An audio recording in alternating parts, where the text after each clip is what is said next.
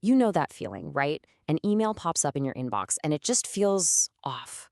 Your gut is screaming that something's not quite right, but you can't really explain why. Well, today, we're going to arm that gut feeling with a super fast, super effective defense system. Let's get into it. 30 seconds. Seriously, that's it. That's all the time it takes to put a wall between a clever scammer and your private information.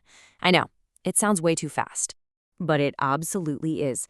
Think of this whole thing as a game, like a beat the clock challenge. You're about to learn a few quick checks that'll turn you into a digital detective, and you can do it all in that tiny 30-second window. So here's our game plan. We're going to build your shield in a few quick stages. The first 10 seconds are for those immediate, glaring threats. Then we'll use the next 15 seconds to dig a little bit deeper. And in the final 5, we'll spot the last few mistakes they make.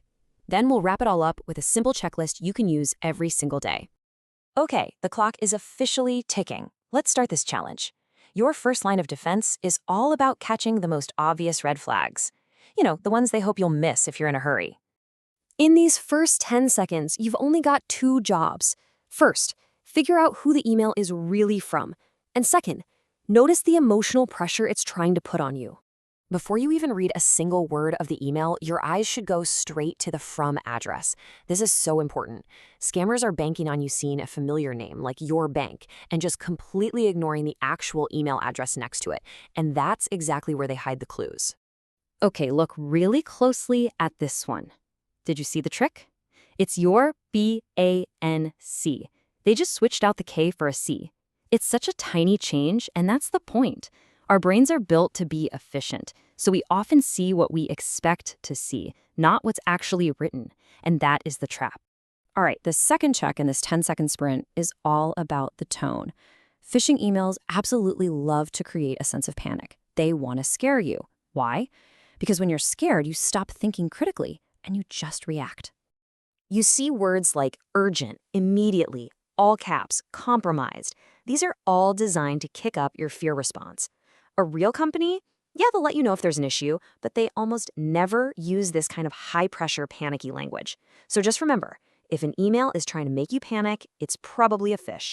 All right, 10 seconds down, you've checked the sender, you've checked the tone, but maybe something still feels off. Let's move on to phase 2. For the next 15 seconds, we're going to investigate the actual content of the email. This is where we look at what they want you to do, the links they're desperate for you to click, and the files they're trying to get you to open. This is pretty much the heart of the attack. Now, this illustrates maybe the most important rule of email security. Always hover before you click. See, a link's text can say one thing, but the link itself can go somewhere totally different. Here, the text says yourbank.com, but when you hover your mouse over it, you see the real destination is some sketchy scam website. You've got to check where a link is actually taking you. So, if the email has an attachment and you weren't expecting one, that should set off all your internal alarm bells. Scammers love to disguise malware as harmless-looking documents. You need to be extra careful with files like .zip or .exe files. And this is a classic move. You don't remember buying anything, so your curiosity just kicks in and you want to open that invoice to see what's going on. But opening that file could be installing something nasty on your computer. Bottom line, if you don't know what it is, just don't open it. We are in the home stretch now. 25 seconds have gone by. You've checked the sender, the tone, the links, and any attachments. Now, for the final 5 seconds, we're going to look for the simplest, but honestly, the most telling clues of all. I know it seems almost too basic, but this is one of the most reliable ways to spot a scam. Think about it. Big, professional companies have whole teams of people who review their emails before they go out. A real email from your bank is not going to be filled with typos and bad grammar. I mean, just look at these mistakes. We has, activity, your account instead of your. A professional company would literally never send an email that looks like this. Spotting these little mistakes is your final confirmation that you can just hit that delete button. And time's up. 30 seconds. You did it. You successfully analyzed the threat, you saw through the tricks, and you protected yourself. See? By breaking it down into these quick, easy steps, you've built a really powerful defense system.